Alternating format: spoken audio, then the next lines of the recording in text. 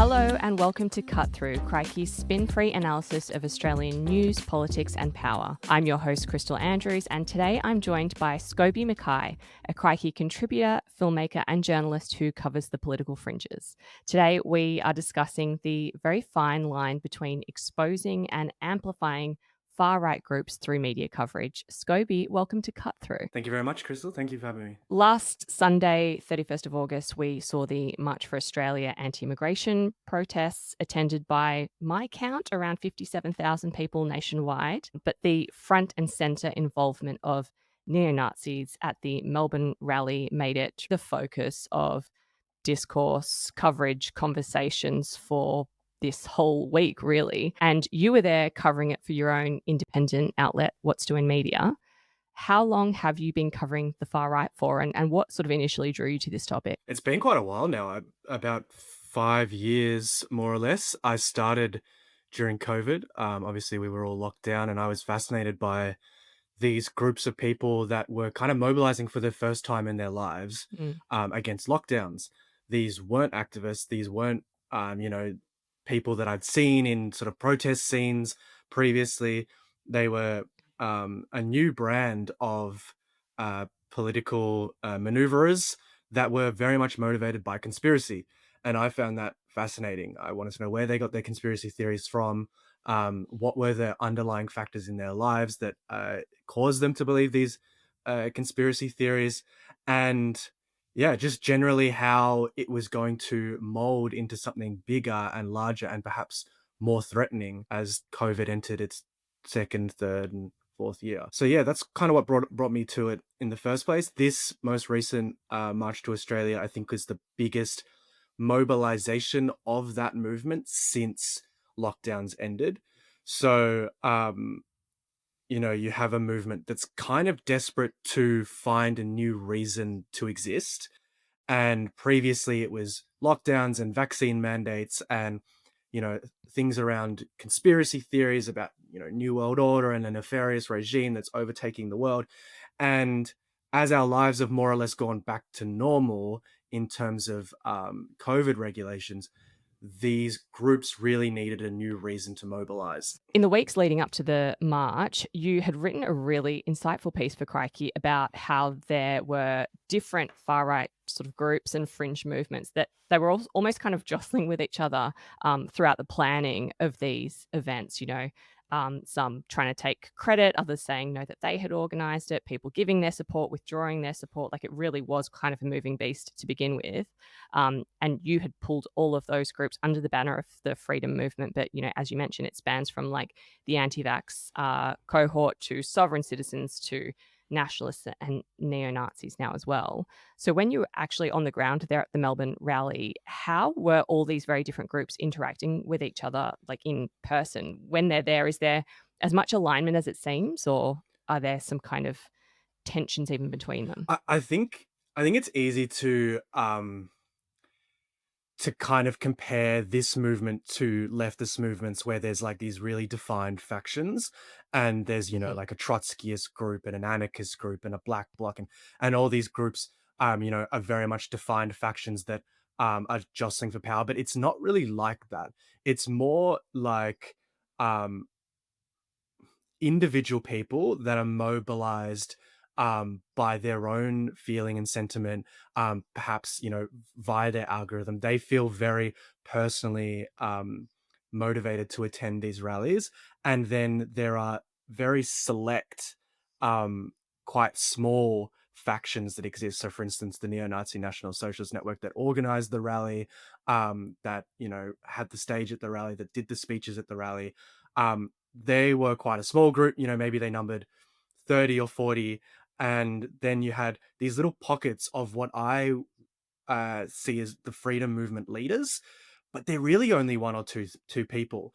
And then what you have is all these individuals that align themselves kind of vaguely with each freedom movement leader. So I'll give you an example. During the rally, very early on, Avi Yemeni arrived at the protest, perhaps about who is, for those who don't know, a right-wing provocateur, so-called journalist who um, makes very sensationalized depictions of protests and movements and ideology.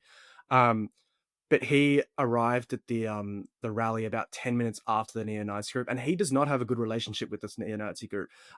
Probably primarily because he's Jewish and Israeli, but also he's kind of built a bit of a personality around being a little bit more of a rational far right personality as opposed to this really out mask off racist group like the NSN. So when he arrived, he was immediately set upon by this neo-Nazi group. They were screaming deport. They kind of bashed his security guard.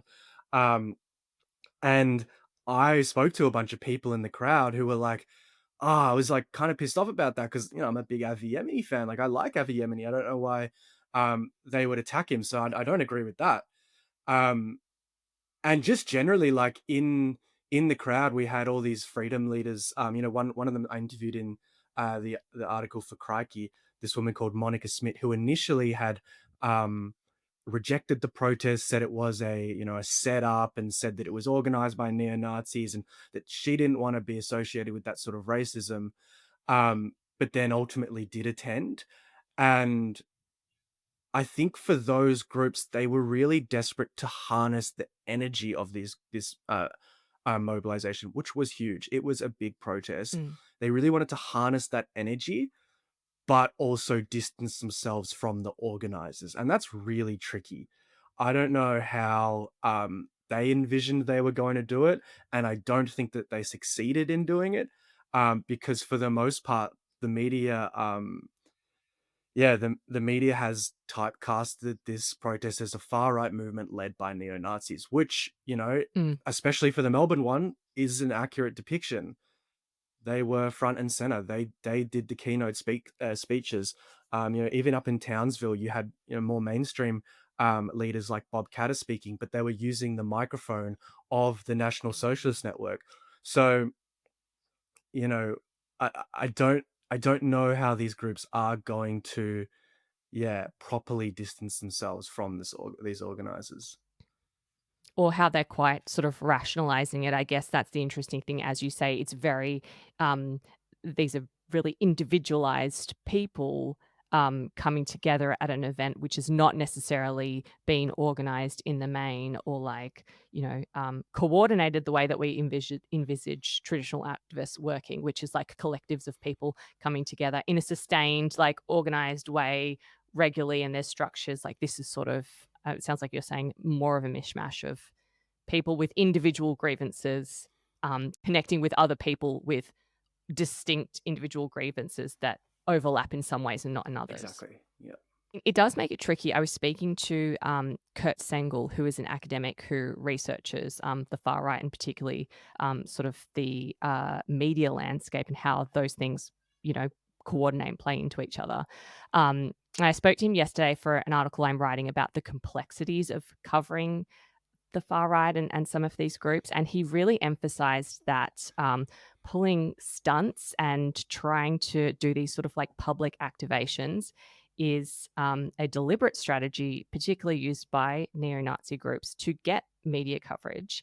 And it's because that coverage provides far more reach for their ideology and their beliefs than they could ever have. It gets them the mainstream exposure that they couldn't, they certainly couldn't reach on their own. He was talking about how, they don't care if the reporting is negative, like they don't care if it carries that sort of tone of condemnation, I think, that we've seen in this past week, because it's still a really effective way for them to reach people who are potential recruitment targets. I mean, he particularly talked about young people that they're looking to reach specifically through these sort of like stunts and media coverage. And I think the term he used specifically was propaganda triumph.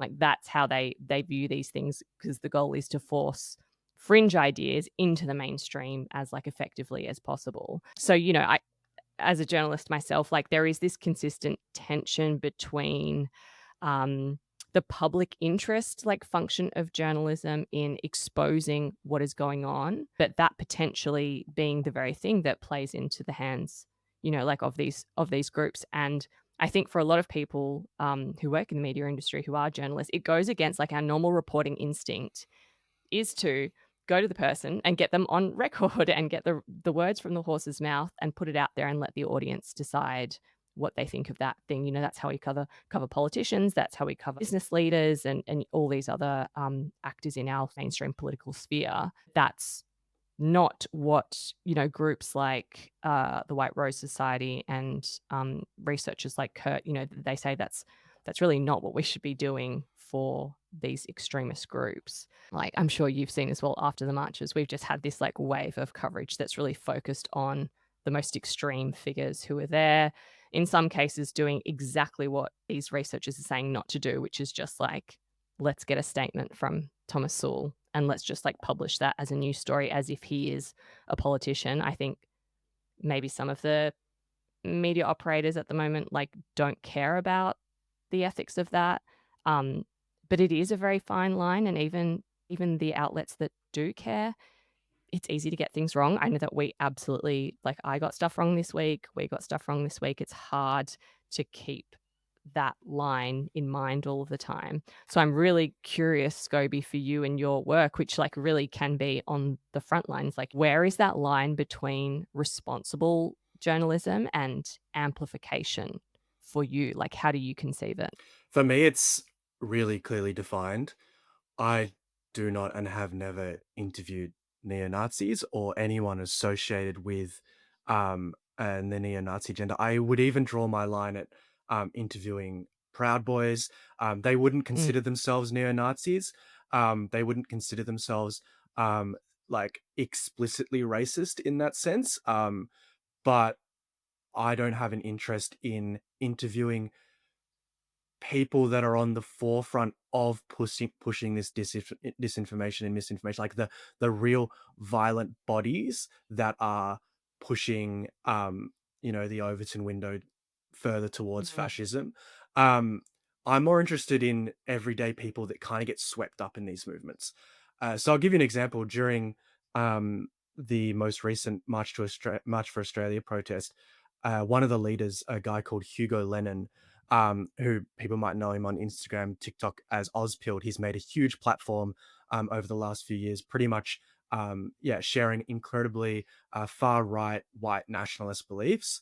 Um, he's an 18-year-old kid. He comes from a very wealthy property developer family, and he came up to me and he begged me for an interview. He said, "Please, I'm the number one top patriot here. Give me an interview." And I said, "Not interested, mate. I'm going to keep going." interesting. And he was really disappointed. He was like, "What do you mean? You got to give me? You're interviewing civilians here. Why won't you interview me?" And I said, there was probably plenty of other people here that will interview you. I'm not that person. I'm not interested. Um, and for me, it's not about giving a platform to um, people like that. It's about understanding why um, people that aren't necessarily ideological and not necessarily like embedded in political discourse are drawn to these movements. That's what's always fascinated me. And I want to know, what they're reading, what they're being fed, and what are the personal circumstances in their life that have led them to be there. I think the reporting on the weekend was abysmal from mainstream media.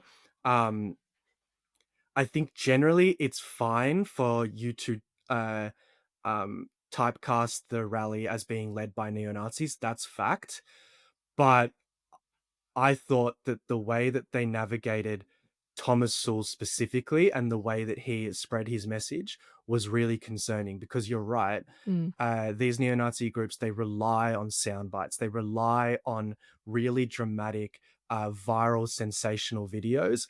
And for instance, that video of Thomas Sewell approaching Jacinta Allen on the weekend, on Tuesday morning, was perfect fodder for anyone that was basically critical of Jacinta Allen at all, because you had a Mm. lot of people in the comments section that were kind of like, I don't agree with neo-Nazism, or I don't agree with Thomas Sewell, but like, man's speaking facts, he's saying what we're all The but thinking, that there's it's the the but. but that And follows.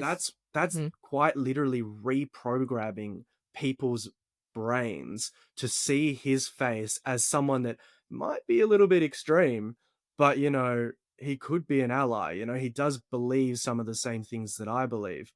I think Thomas Sowell undid himself at the end when he said "Hail Australia," which I don't think is palatable to the everyday right-wing Australian. I think they find that a bit jarring and probably like un-Australian.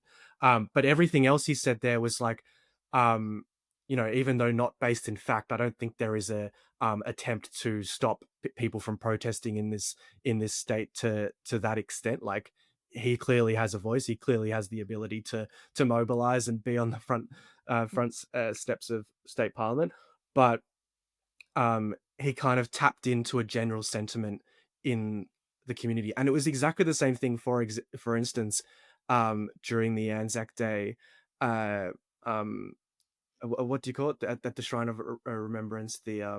Yes. The Yeah, the welcome to country During the y Welcome to Country ceremony, yes. during the Anzac Day parade, and one of the neo-Nazi leaders, Jacob Hersan, started screaming out in opposition to Welcome to Country, and people in that crowd opposed him, and they shouted him down, and they said, "Stop being disrespectful, stop being racist, you're embarrassing yourself." But I think they did really well in tapping into a general sentiment in Australia that there was this feeling that welcome to country, or I assume more commonly acknowledgements of countries, are perhaps overdone, or that people feel as if they have lost their meaning, or lost their impact. And so they did really well in tapping into that sentiment, and like rebranding themselves as a little bit more normal, um, when in fact they are a group that's really deeply rooted in, racism, and not just that, but like a whole range of really toxic policies and beliefs. So they do really well at that, and it is definitely on mainstream media to, there's an aspect of, you got to report it, but also don't platform, don't give their words verbatim onto the screen.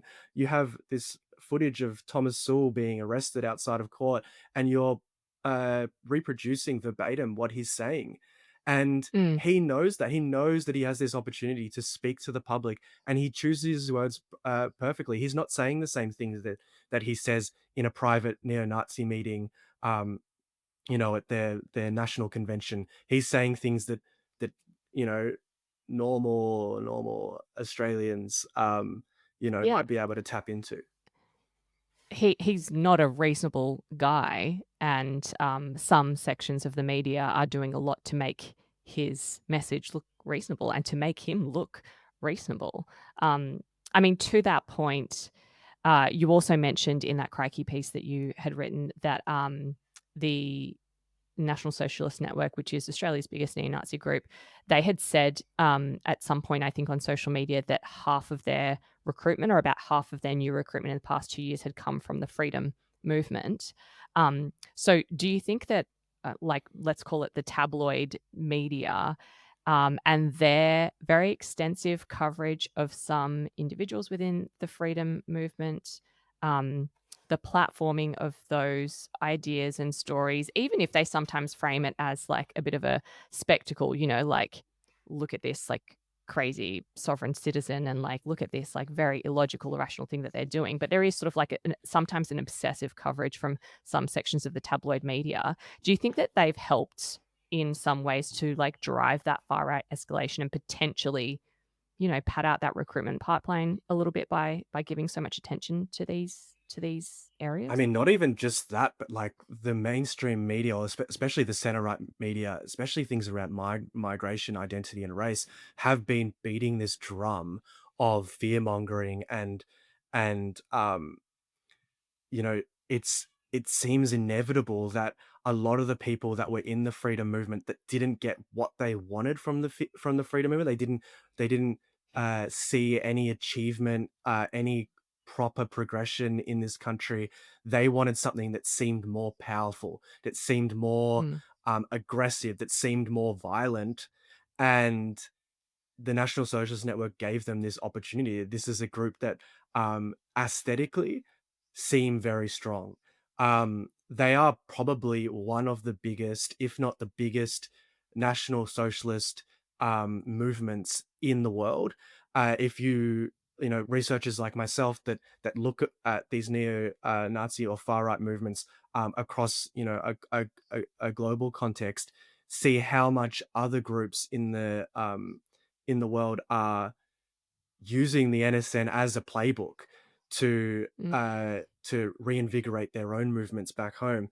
And I think, yeah, for young men that feel like the freedom movement didn't give them that, it was too multicultural, it was too um, vague, it had so many different, contrasting agendas and so much conspiracy theory. There was a lot of people that just wanted one thing, and that was a far right government that prioritized the interests of white Australians. Um, and yeah, the National Socialist Network has been perfect at yeah, mobilizing and mm, seizing on that sensationalism in the media, especially now around migration. Um, it's really sadistic that a lot of these center right mainstream publications that I don't believe they want a national socialist network, a strong national socialist network movement. I don't believe that they want that, but I think what they do understand is that feeding on the fear of migration and the fear of an increasingly multicultural Australia is really good for their profit margins, and by doing so, uh, it's actually leading a lot of, especially young men, to join this incredibly radical group. mm. Yeah, I mean, just listening to you speak then, it's like these are the, more palatable, if they are palatable, but like the softer version of these talking points are advanced every single day in some sections of the media, and on repeat. And yeah, as you say, I don't think that they are particularly interested in having the most extreme manifestation of that. That no one, well, that very few people I think would dare to imagine could happen.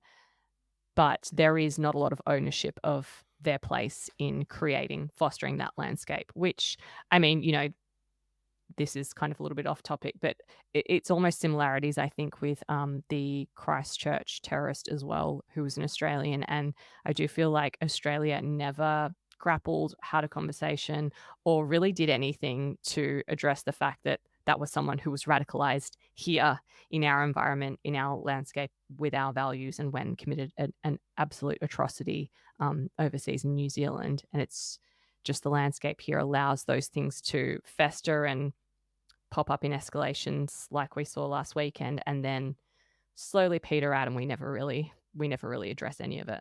Yeah, absolutely. And I think it's really important to understand the NSN's motive here is that, yes, sure, maybe they do have enough self-belief to think that they actually could be in power one day, but their realpolitik agenda here is that they want to shift the Overton window. And for those who don't understand what the Overton window is, it's basically the window in which political discourse takes place. And at the moment, in this country, a lot of social policy is definitely skewed more to the left. We're quite a progressive country in our social policy, and that would be things like gay marriage and multiculturalism and stuff like that.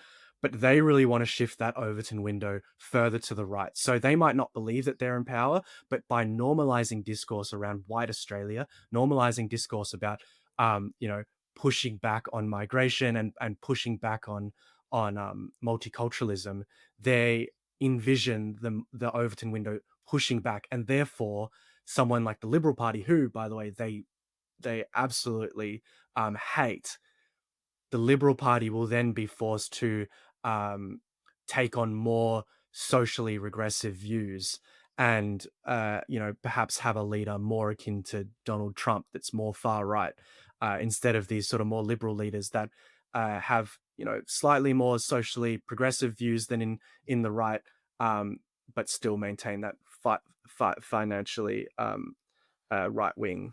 views. So yeah, that's the foundation of their political agenda is shifting that window.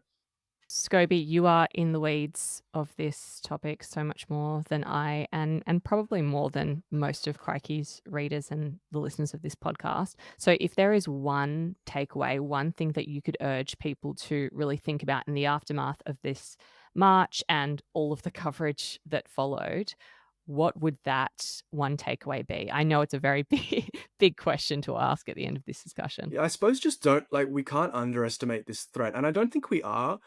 But I think what was probably my most concerning takeaway from the weekend was that there was a lot of people there that are just, mm, they're your uncle or they're your aunt, or they're just people that, they have this really strong connection and identity to, um, the Australia, a certain type of Australia that exists within their minds, which is, very aesthetic. Mm, It's the flag. Jolly swag man. It's the Akubra hat. It's this Australian identity that, um, and I don't like to yuck other people's yum. That's for some people in this country, that's really important to them. And a mm, lot of those people are working class people. A lot of those people live in multicultural communities where everyone else has an identity, everyone else has a culture. And so they hold on to theirs. And, a lot of these people are themselves disenfranchised. And so it's a really important thing for them to feel this identity as an Australian. What's really concerning is that those people, I feel, a lot of them um, attended the rally on the weekend that probably weren't aware or they don't read Crikey. They didn't know that there were going to be neo-Nazis there. And they attended the rally, and Thomas Sewell got up on the podium, and there was audible groans amongst the mm. crowd. And this is a massive crowd. There was audible groans. But by the end of the speech, there was cheers all throughout the crowd.